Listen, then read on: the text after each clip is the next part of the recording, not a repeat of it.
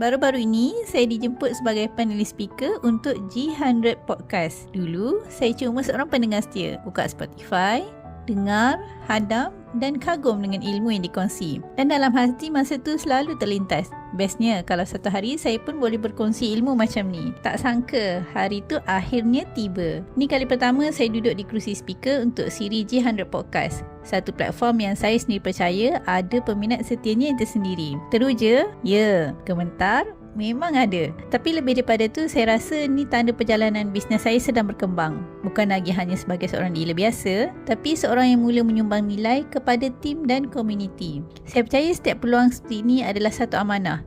Amanah untuk berkongsi ilmu emas, bantu lebih ramai orang bina simpanan dan sama-sama capai masa depan kewangan yang lebih stabil. Sekarang, saya sendiri tak sabar nak tunggu bila hasil rakaman ni keluar. Zaman sekarang, ilmu tu ada di mana-mana. Yang penting kita pilih saluran yang betul, ambil yang baik dan terus apply dalam kehidupan kita. Betul tak?